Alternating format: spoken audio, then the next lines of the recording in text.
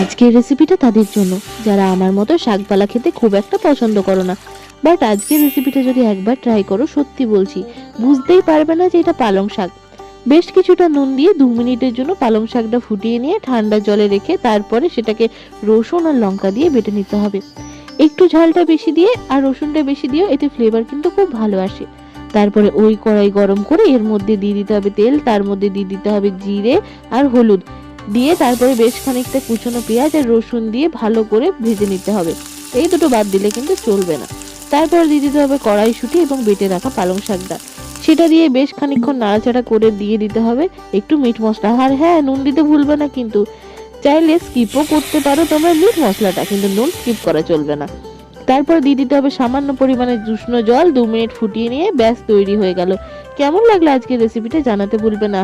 আর হ্যাঁ হ্যাঁ হ্যাঁ, সাবস্ক্রাইব করে যাবে কিন্তু। বাই।